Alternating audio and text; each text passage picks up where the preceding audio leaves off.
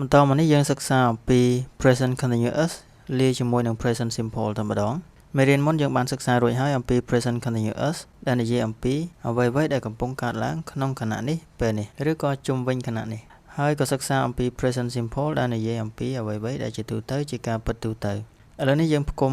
មេរៀនសំខាន់នេះចូលគ្នាស្វែងយល់ទន្ទឹមគ្នាអញ្ចឹងយើងបានដឹងហើយអំពីទម្រង់ present continuous គឺដូចជា I am doing អញ្ចឹងទៅ present simple ដូចជា I do អញ្ចឹងទៅឧទាហរណ៍ទេជារូបមន្តជាទម្រង់មេរៀន2នេះសំខាន់ណាអញ្ចឹងយើងប្រៀបធៀបគ្នាឲ្យយល់ចំពោះ present continuous មានពាក្យសំខាន់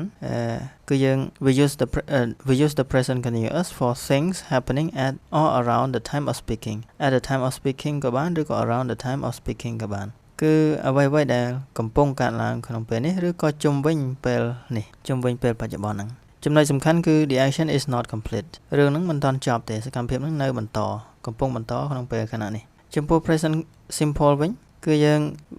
ប្រើវាសម្រាប់អ្វីដែលជាទូទៅឬអ្វីដែលកើតឡើងជាទៀងទាត់ញឹកញាប់ដដែលអញ្ចឹងយើងសង្កេតមើលបន្ទាត់ពេលវេលាគឺយើងនឹកឃើញដល់ពាក្យបច្ចុប្បន្នអតីតកាលនិងអនាគត now past ហើយនិង future ដូចគ្នាដែរចំពោះ present simple យើងពិនិត្យបច្ច័យលើបន្ទាត់នៃពេលវេលាគឺបច្ចុប្បន្នកាលអតីតកាលនិងអនាគតប៉ុន្តែមានចំណុចមួយគឺថា present simple ជួនកាលដោយសារតែរឿងហ្នឹងនិយាយអំពីអ្វីមួយដែលពិតឬក៏ដដែលដូច្នេះហើយជួនកាលវាមានភាពលាតសន្ធឹងវែងជាង present continuous យើងសង្កេតមើលឧទាហរណ៍ទៅយល់ស៊ីជម្រៅឧទាហរណ៍ដូចជា the water is boiling ចំពោះ present continuous នៅខាងនេះ the water is boiling be careful សូមប្រយ័ត្នទឹកកំពុងពុះអញ្ចឹងវាក្តៅណាស់ត្រូវតែប្រយ័ត្នអញ្ចឹងទឹកវាកំពុងពុះគឺកំពុងកើតឡើងក្នុងខណៈនេះប៉ុន្តែចំពោះប្រយោគថា water boils at 100 degrees Celsius នេះគឺជាសេចក្តីពិតទូទៅទឹកគឺវាតែងតែពុះនៅ100អង្សាឲ្យតែកម្ដៅដល់100អង្សាវាពុះហើយនៅក្នុងទំនាញផែនដីទីដែលមានទំនាញផែនដីធម្មតាបរិយាកាសធម្មតាគឺជាទូទៅគឺ100អង្សាវាពុះហើយនឹងជាសេចក្តីពិតអញ្ចឹងហេតុអីបានយើងនិយាយមិញថាពេលខ្លះ present simple វាលាតសន្ធឹងវែងខុសពី continuous ដែលនិយាយអំពីតែ now ទេកំពុងកើតឡើងក្នុងពេលនេះឬក៏ជុំវិញពេលនេះប៉ុន្តែចំពោះ present simple វិញជួនកាលលាតសន្ធឹងវែងជាងដោយសារវាជាការពិតនៅអតីតកាលការពិតនៅបច្ចុប្បន្ននិងការពិតនៅអនាគតទៀតមានន័យថាក្នុងពេលនេះបើយើងដាំទឹកដល់100អង្សាវាពុះម្សិលមិញបើដាំទឹកដល់100អង្សាក៏វាពុះដែរថ្ងៃស្អែកបើដាំទឹកដល់100អង្សាក៏វាពុះដែរដូច្នេះវាជាការពិតដែលទូទៅវាលាតសន្ធឹងឆ្ងាយជាងមិនមែនតែគណៈនេះពេលនេះទេដូច្នេះហើយពេលខ្លះគ្រូមួយចំនួនគាត់អត់ប្រែឈ្មោះ present simple ថាបច្ចុប្បន្នកាលធម្មតាឬក៏ present continuous ប្រែថាបច្ចុប្បន្នកាលកំពុងបន្តទេប្រែក៏ប្រែចុះប៉ុន្តែពាក្យសំខាន់ថាបច្ចុប្បន្នជួនកាលគឺមិនត្រឹមត្រូវទាំងស្រុងទេព្រោះឋានៈធំទៅមុខយើងយក present continuous ដើម្បីនិយាយអំពីអនាគតក៏មាន present simple និយាយអំពីអនាគតក៏មានដូច្នេះហើយធ្វើឲ្យការរៀនភាសាអង់គ្លេសបើយើងបកប្រែឲ្យសន្មតន័យវាតែមួយគឺពិបាកបន្តិចត្រឡប់មកការប្រៀបធៀបវិញឧទាហរណ៍បន្តទៀត listen to those people សាកស្ដាប់មើលពួកនោះនិយាយគ្នានោះ what language are they speaking តើពួកគេកំពុងតែនិយាយគ្នាជាភាសាអីស្ដាប់បានទេគឺនិយាយអំពីខណៈនេះពេលនេះកំពុងតែនិយាយនោះយើងកំពុងស្ដាប់ឮចំពោះឧទាហរណ៍នេះវិញ excuse me do you speak English អធិស្ឋានតើអ្នកចេះអង់គ្លេសទេនិយាយភាសាអង់គ្លេសទេអញ្ចឹង do you speak English ហ្នឹងគឺជាសំណួរដែលនិយាយអំពីការពិតគឺស្ថានភាពមួយថាតើគាត់ចេះអង់គ្លេសទេចំពោះwhat language are they speaking គឺខណៈនេះដែលគេកំពុងនិយាយហ្នឹងតើនិយាយភាសាអីចំពោះអត្ថន័យខាងលើវិញដែលយើងនិយាយថាពេលខ្លះ present simple នេះលាតសន្ធឹងវែងក្នុងន័យថាវាជាការពិតទូទៅបច្ចុប្បន្នក៏ត្រូវអតីតកាលក៏ត្រូវអនាគតក៏ត្រូវដោយប្រយោគខាងលើ water boils at 100 degrees Celsius ហ្នឹងចំពោះប្រយោគទី2ថា excuse me do you speak English គឺយើងសួរសំដៅតែបច្ចុប្បន្នទេតើអ្នកចេះនិយាយអង់គ្លេសទេនិយាយភាសាអង់គ្លេសទេបើសិនបើអ្នកណាចេះជននោះឆ្លើយថា yes I do I speak English ហ្នឹងហើយខ្ញុំចេះខ្ញុំនិយាយអង់គ្លេសតាឬក៏បើអ្នកមិនចេះគេឆ្លើយថា no I don't ខ្ញុំអត់និយាយភាសាអង់គ្លេសទេខ្ញុំអត់ចេះអង់គ្លេសទេប៉ុន្តែជនណាដែលមិនចេះអង់គ្លេសក្នុងពេលបច្ចុប្បន្ននេះដែលគាត់ឆ្លើយថា no ហ្នឹងជួនកាល10ឆ្នាំក្រោយគាត់បែរជារៀនអង់គ្លេសហើយគាត់ចេះនិយាយដែរទៅដូច្នេះយើងមិននិយាយអំពីអនាគតទេយើងនិយាយអំពីការពិតបច្ចុប្បន្នអញ្ចឹង present simple នេះក្នុងប្រយោគទី2នេះគឺយើងសួរតែបច្ចុប្បន្នទេថាគាត់ចេះអង់គ្លេសឬអត់ហើយជាការពិតជាស្ថានភាពមួយប៉ុន្តែមិនមែនកំពុងបន្តទេមើលបន្តទៅទៀត let's go out it isn't raining now តោះទៅក្រៅ ឥឡូវនេះវាមិនមែនកំពុងភ្លៀងទេនឹងស្រួលយល់ឧទាហរណ៍បន្ត present simple វិញ it doesn't rain very much in summer វាមិនសូវភ្លៀងច្រើនទេនៅរដូវក្តៅ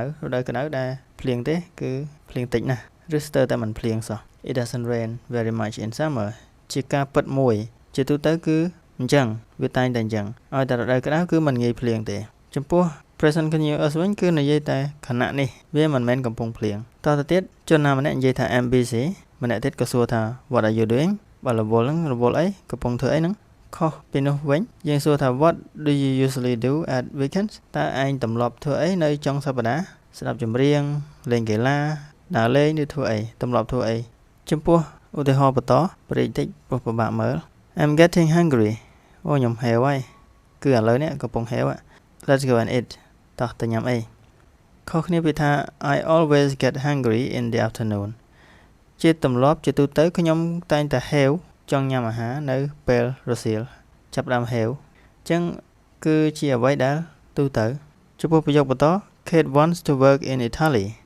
so she's learning Italian ដោយសារតែ Kate ចង់ធ្វើការនៅប្រទេសអ៊ីតាលីអញ្ចឹងនាងកំពុងតែរៀនភាសាអ៊ីតាលីនៅពេលឥឡូវនាងកំពុងរៀនចំពោះ present simple វិញMost people learn to swim when they are children មនុស្សភាគច្រើនរៀនហែលទឹកនៅពេលកុមារ The population of the world is increasing very fast ចំនួនប្រជាជន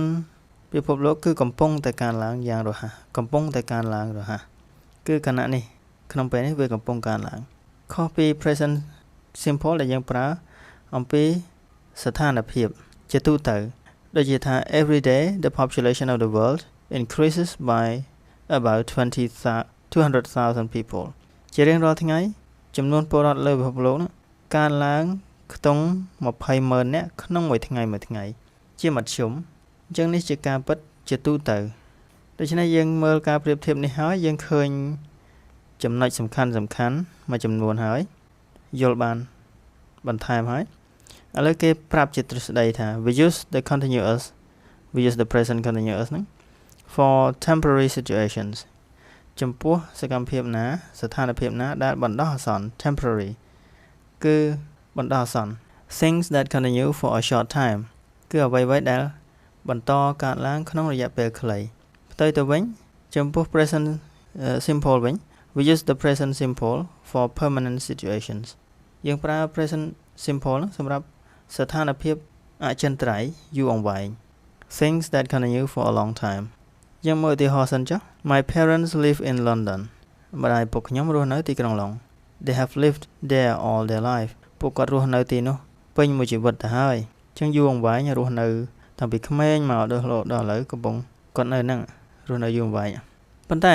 ស្ថានភាពបណ្ដោះអាសន្នយ៉ាងម៉េចចំពោះ present continuous ស្ថានភាពបណ្ដោះអាសន្នដូចជាថា I'm living with some friends until I find a place of my own ខ្ញុំកំពុងតែរស់នៅស្នាក់នៅជាមួយមិត្តភ័ក្តិខ្ញុំមួយចំនួនទាល់តែដល់ពេលដែលខ្ញុំអាចរកកន្លែងនៅដោយខ្លួនឯងបានដូច្នេះបណ្ដោះអាសន្នប្រហែលខែហ្នឹងគឺគាត់កំពុងរស់នៅប៉ុន្តែស្ថានភាពដែលរស់នៅច្រើនឆ្នាំដូច My parents live in London ហ្នឹងគឺប្រើ present simple បន្តទៅទៀតស្ថានភាពបណ្ដោះអាសន្នយ៉ាងម៉េច You're working hard today ថ្ងៃនេះឯងកំពុងប្រឹងប្រែងធ្វើការណា Yes I have a lot to do នឹងហើយខ្ញុំមានកិច្ចការត្រូវធ្វើច្រើនណាយើងសង្កេតមើល present simple ម្ដង Joe isn't lazy Joe មិនមែនជាមនុស្សខ្ជិលទេ He works hard most of the time គាត់ធ្វើការប្រឹងប្រែងណាភាគច្រើនគឺគាត់ធ្វើការដោយប្រឹងប្រែងដូច្នេះវាជាស្ថានភាពដែលត្រឹមត្រូវជាទូទៅជាការពិតទូទៅយើងប្រើ present simple ចំពោះស្ថានភាពថ្ងៃនេះវិញពេលយើងថា you are working hard today គឺសម្រាប់តែថ្ងៃនេះទេគាត់កំពុងធ្វើការដោយខ្លាំងក្លាប៉ុន្តែជួនកាលម្សិលមិញមិនបានធ្វើការដោយខ្លាំងក្លាទេថ្ងៃស្អែកក៏មិនបានធ្វើការដោយខ្លាំងក្លាដែរតែយើងនិយាយតែក្នុងពេលនេះក្នុងថ្ងៃនេះគឺគាត់កំពុងប្រឹងប្រែងធ្វើការដែលឡែកចូលវិញគឺជាមនុស្សឧស្សាហ៍គាត់មិនខ្ជិលអញ្ចឹងគាត់ជាទូទៅគឺគាត់ធ្វើការដោយប្រឹងប្រែងអញ្ចឹងយើងប្រើ present simple យើងមើលបន្ថែមចុងក្រោយចំពោះ clear ដែលថា I always do am always doing clear នេះសំខាន់ដែលយើងត្រូវស្វែងយល់ពេលថា I always do something មានន័យថាគឺយើងធ្វើវាញឹកញយណាជា present simple ធម្មតា I always go to work by car នេះជា present simple ខ្ញុំតែងតែធ្វើការដោយជិះឡានទៅជាទូទៅខ្ញុំជិះឡានទៅធ្វើការជាញឹកញាប់ ជាសកម្មភាពដដែលប៉ុន្តែ I'm always doing something មានន័យថា I do it too often គឺធ្វើរឿងហ្នឹងញឹកញាប់ជ្រុលពេកវាជាបញ្ហាមួយឬក៏ថា more often than normal ធ្វើសកម្មភាពហ្នឹងញឹកញាប់ជាងរាល់ដងឧទាហរណ៍ដូចរូបភាពមនុស្សស្រីម្នាក់នេះគាត់បាត់សោគាត់ថា I've lost my keys again ខ្ញុំបាត់សោទៀតហើយ I'm always losing them មានន័យថាឥឡូវនេះខ្ញុំបាត់សោហ្នឹងញឹកញាប់ជាងមុនឥឡូវនេះកំពុងតែបាត់ពី3ថ្ងៃនេះគឺបាត់សោញឹកមែនទែនព្រឹកឡើងបាត់សោម្ដងរកឃើញថ្ងៃឡើងបាត់សោម្ដងទៀតល្ងាចឡើងបាត់សោម្ដងទៀតស្អែកឡើងបាត់សោម្ដងទៀតអញ្ចឹងមួយរយៈហ្នឹងគឺគាត់បាត់សោញឹកជាងធម្មតាគាត់ប្រើប្រយោគថា I'm always losing my keys ពេលថា I'm always losing them មានន័យថា I lose them too often គឺគាត់បាត់សោញឹកញាប់ជាងញឹកញាប់ហួសហេតុឬក៏បាត់សោហ្នឹងញឹកញាប់ជាងធម្មតាមួយទៀត Paul is never satisfied Paul មិនដែលពេញចិត្តអីទេ he is always complaining គាត់ត្អូញត្អែ complain រហូតគឺគាត់ complain ច្រើនជ្រុលមានន័យថាចឹងមានន័យថាគាត់រអ៊ូរទាំច្រើនជ្រុលពេលថា you are always looking at your phone ឯងនឹងមើលទូរស័ព្ទច្រើនជ្រុល don't you have anything else to do មិនមានអីផ្សេងធ្វើទេមើលតែទូរស័ព្ទចឹងមួយជាយើងប្រើទម្រង់present continuous នេះសំដៅលើស្ថានភាពណាដែលយើងធ្វើច្រើនជ្រុលឬក៏ច្រើនជាងធម្មតាដូច្នេះយើងបញ្ចប់ប៉ុណ្ណេះសិនយើងនឹងបន្តនៅមេរៀនក្រោយទៀតសូមអរគុណ